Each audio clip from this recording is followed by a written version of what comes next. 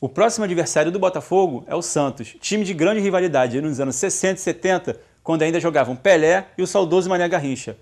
O jogo que veremos agora trata da final de 1964 do torneio Rio-São Paulo, e a curiosidade fica por conta do jogo nunca ter terminado e Santos e Botafogo terem sido declarados campeões.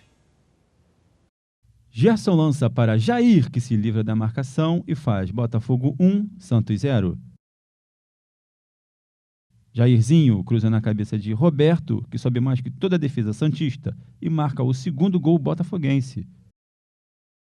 Roberto estava demais, ele recebeu o passe de Gerson, saiu da marcação e meteu um golaço no ângulo direito de Gilmar. No final, Botafogo 3, Santos 2. No ano passado, Fluminense e Atlético Goianiense jogaram pela 21ª rodada do Brasileirão. O resultado não foi dos melhores para o Flusão, que perdeu por 2-1 em partida que você confere agora. Após lançamento de Deco e passe de Conca, o Washington abre o placar. O Atlético empatou com passe de Anailson e gol de William. Conca marcou bobeira no meio de campo, perdeu a bola para o William, que lançou para Galvão, e ele só tocou para Juninho virar o jogo. Final, Atlético Goianiense de virada 2, Fluminense 1. No bloco do Mengão, vamos falar de uma partida do Brasileirão de 2003, onde o Flamengo venceu o Bahia por 6-0 e o grande destaque foi o ex-atacante Edilson, o Capetinha. O Flamengo abriu o placar após Jonatas passar para Fernando e marcar de cabeça. O segundo gol só no segundo tempo após passe de Felipe e gol de Edilson. Mais uma vez para Edilson, que de bandeja deixa para Rafael marcar. Agora o quarto gol, um golaço de Rafael de cobertura. Igor bate escanteio na cabeça de Edilson, que marca o quinto gol. É de perder as contas, hein? Anderson cruzou e Edilson pela terceira vez marcou, dando números finais ao placar. Final, Flamengo 6, Bahia 0.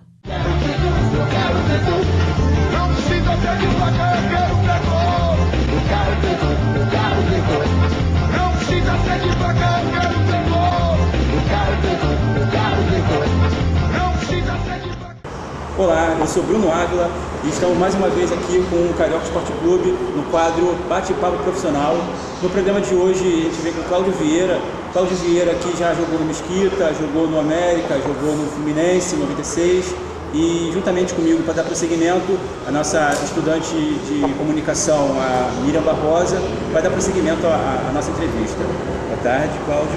Boa tarde, Bruno. Boa tarde, Miriam. Olá, Boa tarde, telespectadores. Para mim é muito prazer estar aqui com vocês aqui. Agradeço, me sinto honrado em participar aqui dessa mesa aqui de bate-papo com vocês.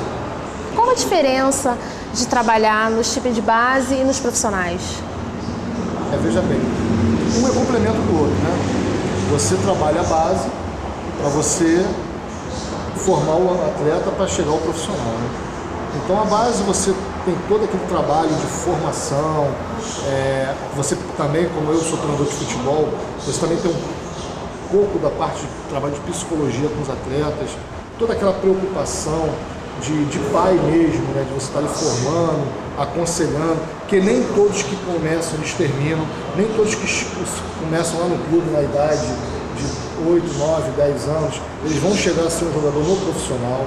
Então é todo um trabalho de planejamento, de acompanhamento, né? De muito acompanhamento firme mesmo, né?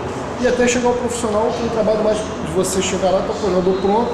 Então, por exemplo, na base, eu tenho que formar o atleta, eu tenho que montar minha equipe dentro do sistema tático e eu tenho que formar os atletas, dar conhecimento de esquema tático, parte técnica, iniciação de parte física, né? E no profissional, eu chego lá, pego o jogador, pego minha comissão técnica, meu diretor, meu presidente, ó, eu quero um atacante com essas características assim, eles vão me dar, eu vou botar no esquema para jogar. E aí, essa é basicamente a diferença, né? E fora, hoje com essa globalização do esporte mundial, né? O futebol milionário como está, né? Então hoje todo garoto da base, ele quer ser um Ronaldinho, Neymar, visando também o lado financeiro do esporte, que hoje o futebol dá essa condição, bem mais do que antes da minha época eu joguei, por exemplo, né? Eu fiz base no Botafogo na época, passei pelo Itaperuna, pelo Mesquita, pelo Bom Sucesso e tive uma passagem no Fluminense em 96, que na época era o Jair Pereira, o professor Jair Pereira, foi meu professor também no curso, eu fiz no sindicato, no Rio de Janeiro. Então é outro mundo, o futebol de hoje é um futebol milionário. Então, assim, entrando nesse campo que você falou, do jogador de futebol, você jogou aí no Mesquita, Itaperuna, na América, em 96 no Fluminense. O Fluminense foi rebaixado. Naquele período, eu posso até contar uma história engraçada para vocês aqui. Naquele período, o Fluminense abriu a porta da esperança. E eu estava na época no Nova Cidade. E ali eu fiz um bom campeonato na época e foi aberto, os mais antigos devem lembrar disso, né? Foi aberto uma porta da esperança. E eu fui nesse grupo, mais de 40 jogadores na época, fazer uma avaliação na época com o professor Altair, que estava lá, fui a Xerém, Laranjeiras, né? E ali nós ficamos no meio de 40, ficamos no meio de uns 3 ou 4 ali, que ficou no Fluminense. Aí fiquei um período, o Ricardo Rocha chegou, o moral de seleção brasileira, e aí não tinha espaço pra gente. Aí nós fomos jogar, fomos para outros clubes menores de expressão jogar. Aí me machuquei o joelho, e aí comecei essa carreira de treinador de futebol. Né, Mas assim, na sua opinião, aquele time de 96, qual o motivo do rebaixamento daquele time? Acredito que a estrutura.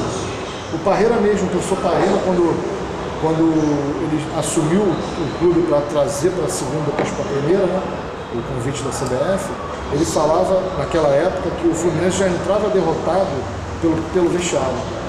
E depois eu tive o prazer de voltar a Laranjeiras como treinador de futebol feminino e jogar contra o Fluminense, conhecer novas instalações depois que o professor Parreira passou por lá, e você vê que mudou muita coisa. Então acredito que naquela época a estrutura, não a equipe em si, mas mais a estrutura do extracampo ali, que atrapalhou um pouco, a administração, a má administração.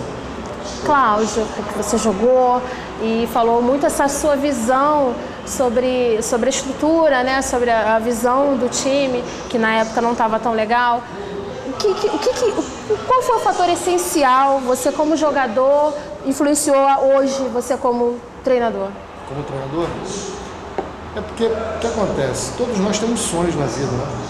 E eu sonhei ser um jogador de futebol profissional. E graças a Deus eu não cheguei a jogar na seleção brasileira, eu não cheguei a jogar num time grande, né? Mas Deus me deu essa oportunidade de continuar no futebol.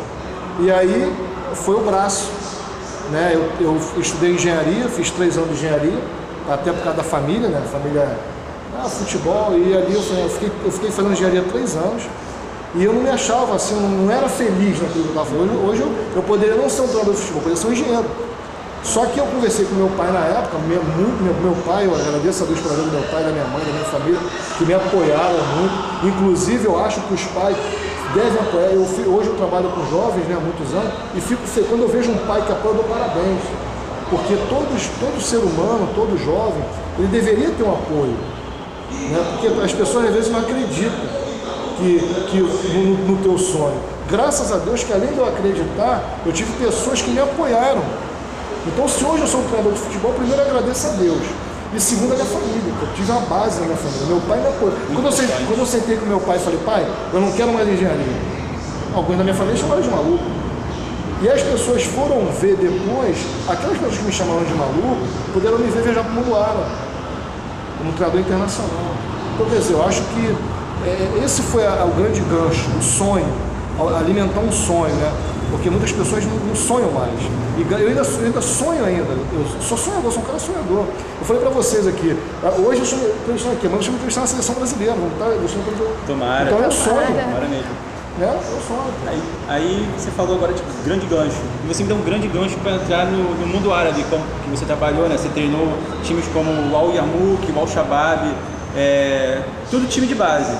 Base, eu tive experiência no profissional também. E no profissional. Então, assim, o que te fez ir para um time que não tem tradição futebolística? Por exemplo, lá no Kuwait, esses países assim que não tem tanta tradição, mas que pagam bem, tem muita estrutura.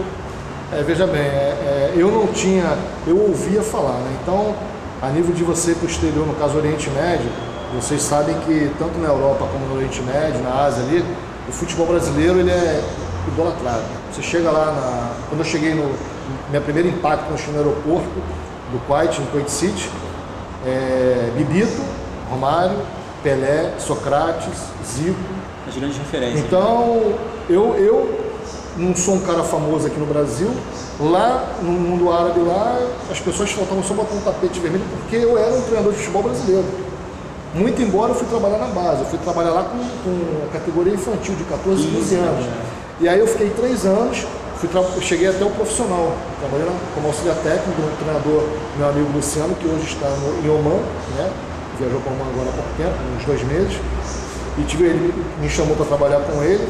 Então, quer dizer, o futebol brasileiro, ele é muito fácil, onde você vai lá, como eu falei para você, um pouco antes fora do ar, lá tinha quando falava em Ronaldo, já falava-se do Ronaldinho Gaúcho.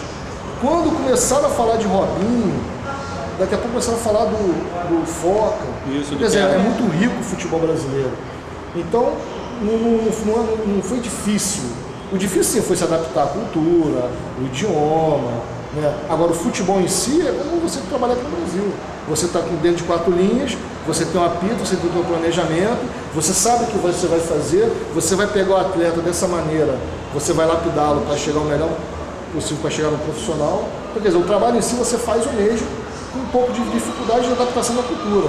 Você se adaptou à cultura, tu vai embora, você vai assinar no Brasil, com uma estrutura bem melhor.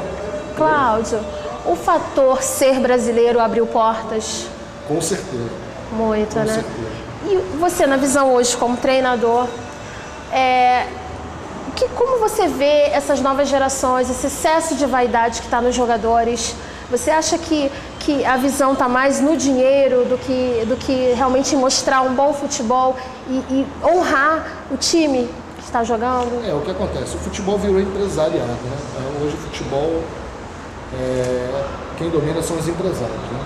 Então, por exemplo, hoje um garoto, vou dar um exemplo que todo mundo conhece, o João Scherer, ele com 6 anos rodou um vídeo no mundo todo, lá do outro lado do mundo eu acompanhei todo esse processo, e ele com 10 para 11 anos, ele foi para São Paulo ganhando 25 mil por mês, e a família toda colocada em São Paulo, junto com ele em Santos, e ali toda aquela estrutura. Então, o que acontece? Tem os empresários que fazem bem para o jogador, e tem os empresários e quem assessora a carreira que fazem mal. Tem jogador que o cara dá um carro, de repente naquele momento não era para dar o carro, era para você segurar aquela situação. Esse é o grande problema. É que as pessoas estão idolatrando o jogador, porque eu volto a falar, vamos falar de base aqui. O jogador de futebol da base, ele é um projeto de atleta. Ele ainda não é atleta. Ele vai ser atleta quando ele virar no profissional. Entendeu, Bruno? Ele é um projeto. Quando ele virar no profissional, ele se tornou um atleta. Então as pessoas estão idolatrando muito isso. É dinheiro, tudo é dinheiro, tudo é presente, tem que jogar a melhor chuteira. Não sou contra de você ter o teu melhor material de trabalho. Agora, você usar isso para aliciar um jogador, para você ter o cara contigo, você vicia o atleta. Porque amanhã vai chegar no clube, tem clube no Brasil que 6 meses não paga. Aí eu não vou jogar porque o cara não me pagou? Porque o clube não me pagou? É verdade. Entendeu? Aí não tem mais aquele amor à camisa. É aí que morre, né? O amor à camisa. Amor ao dinheiro. Entendeu? Em 2000 você teve um trabalho no Campo Grande, no futebol feminino. Isso. E assim, queria saber de você o que faz o futebol feminino seguir vivo até hoje. Eu trabalhei 6 anos de futebol feminino aqui no Rio de Janeiro. Comecei com escolinha, na Sulacap, no Esportivo Sulacap, onde foi meu início como treinador de futebol feminino. Dali eu tive uma oportunidade para o Campo Grande, fiquei lá uma temporada, e aí depois eu fui para o Madureira, disputar o Campeonato Brasileiro no Uruguai em 2001. E o que acontece? O futebol feminino aqui no Rio é como o masculino, tem muito talento, só que não tem um apoio necessário. Verdade. São Paulo até dá um melhor apoio, mas aqui no Rio eu acho que assim, poderia ser investido mais, porque realmente existem atletas de qualidade, tanto que existem atletas que trabalham conosco, no meu grupo na época, que hoje estão na Inglaterra, estão na Espanha. Então, quer dizer, já existe um mercado de futebol feminino. Basta só os dirigentes, junto com as comissões dos clubes, os diretores, fazer um cronograma, um planejamento sério, com investimento, com patrocínio, já visando a captação de talento para a próxima Olimpíada, que o Brasil, mesmo sem investimento, tem mostrado resultado. Você imagina o trabalho no Brasil, futebol feminino, com investimento. As americanas tiveram agora na Cidade de Deus, vieram visitar o Brasil, elas falaram que, não sei se vocês acompanharam, elas falaram que se no Brasil tivesse um pouco de investimento, como tem nos Estados Unidos, o Brasil seria a potência do futebol feminino no mundo. Pô, as americanas estão falando isso, cara. Número 1 no futebol. E o que falta? O que falta? Apoio, acreditar. Pessoas compromissadas realmente com o trabalho, com querer fazer com que o Brasil possa ser reconhecido como um exportador também de futebol feminino no exterior. Porque nós somos exportadores. O Brasil é exportador de talentos. Cláudio, assim, na sua opinião, existe um pouco de preconceito dentro desse mundo do futebol feminino? Com certeza. Com certeza. O preconceito ele é predominante até para o desenvolvimento do futebol feminino. Posso até falar com você com experiência disso, que eu cansei de falar com as próprias meninas que quando nós íamos buscar patrocínio nas empresas para jogar o Campeonato Carioca de campo ou Campeonato Carioca Futsal, e nós precisamos de patrocínio, né? E muitas empresas negou patrocínio primeiro que não tinha mídia. Eu vou botar minha camisa na menina no boné, vou aparecer aonde? Não tinha mídia. Hoje ainda tem um pouquinho, mas naquela época não tinha quase nada. O comportamento às vezes também não agrada o patrocinador. O patrocinador já olha com certo preconceito. E ainda não tem ajuda um pouco do lado dos atletas também, na minha opinião, dificultou um pouco isso naquela época. Vamos torcer para que as coisas possam mudar. Porque volto a falar para você aqui, o futebol feminino foram agora a medalha de ouro nos Jogos Militares. Cláudio, e hoje a sua visão? A gente acompanhamos, né, vários técnicos e alguns, assim, em momentos cruciais, assim, momentos bons do time, às vezes abandona por oferta, receber uma oferta melhor, receber uma proposta melhor, até mesmo de times lá de fora. O que você acha disso? Qual a sua visão em relação a isso, sobre os técnicos que às vezes deixam o time assim, em momentos essenciais, que às vezes prejudica muito, às vezes em meio de campeonato? O que acontece? Como eu falei aqui um tempo atrás aqui, né? O futebol virou empresarial. Então, o que acontece? Às vezes tem a oferta da Europa, do Oriente Médio, é difícil o clube brasileiro segurar. Hoje em dia está até melhorando, o Brasil está se equiparando aí algumas ofertas, né? Tanto que trouxe o Abel, trouxe o professor Abel de volta, repatriou alguns treinadores que seria difícil um tempo atrás pagar os salários aqui no Brasil, né? Mas mesmo assim, os chamados petrodólares, né? Ali do Oriente Médio ali, é complicado você concorrer financeiramente. A não ser que o cara tenha aquela intenção, como o professor Ricardo Gomes, né? Estamos até na torcida para que ele se recupere agora, né? Ele fez uma carreira muito bonita na França, campeão no Bordeaux, no Paris Saint-Germain, mas veio para o Brasil para ser reconhecido no Brasil, talvez como treinador, começou no Vitória, né? Passou pelo São Paulo. Pelo São Paulo. Quer dizer, ele tem mercado na Europa, mas veio para o Brasil porque o clube pagou, naturalmente, um salário que deu para mantê-lo aqui, né? Mas aquela intenção, de repente, de ficar no Brasil, de fazer uma carreira no Brasil. Mas, respondendo a sua pergunta, é complicado, é difícil você concorrer com o dinheiro lá de fora. Mas vale uma boa oferta lá fora do que um bom reconhecimento no Brasil? Acredito que muitos treinadores hoje estão pensando dessa maneira. Vou falar de mim, por exemplo, eu não sou conhecido no Brasil. Eu fiquei 5 anos fora, né? E trabalhei 5 anos. Hoje, se eu tiver uma oferta para voltar, eu vou embora. Curiosidade, na verdade, como foi? Você se preparou em relação ao idioma? E as comidas, assim, comida e costumes, como foi? Eu vivi um milagre de Deus, porque eu fiz faculdade, inglês de faculdade, e a gente acha que fala inglês pra caramba, e fui pra lá, pro Kuwait, cheguei lá trabalhar com criança, que os meus atletas falavam 4 idiomas. Olha só, os meus atletas falavam 4 idiomas, e eu falava meio inglês, e achava que falava inglês pra caramba. Qual foi a minha saída? Dobrar meu joelho todo dia meia-noite no meu quarto e falar com Deus. Né? Senhor, a tua palavra diz que eu falo Deus que fala todas as línguas. E eu vou falar inglês. E ali, ó, batida, isso aí. Estudando, procurando lá me aperfeiçoar. Em 2 meses eu estava falando inglês. Comecei a dar palestra. Isso é muito bom. Aí eu tinha um tradutor no Kuwait. Ouvindo, no Kuwait. Só que quando eu passei a falar para o tradutor passar para o atleta, eu comecei a entender um pouco que ele não falava o que eu pedi. Por quê? Porque ele dava nome de jogadores. Aí eu falei, vou ter que aprender o árabe. Aí fui pro joelhão de novo. Pediu mais uma vez e mais uma vez ele te atendeu, né? Aí fui trabalhar na Arábia sem tradutor, falando árabe.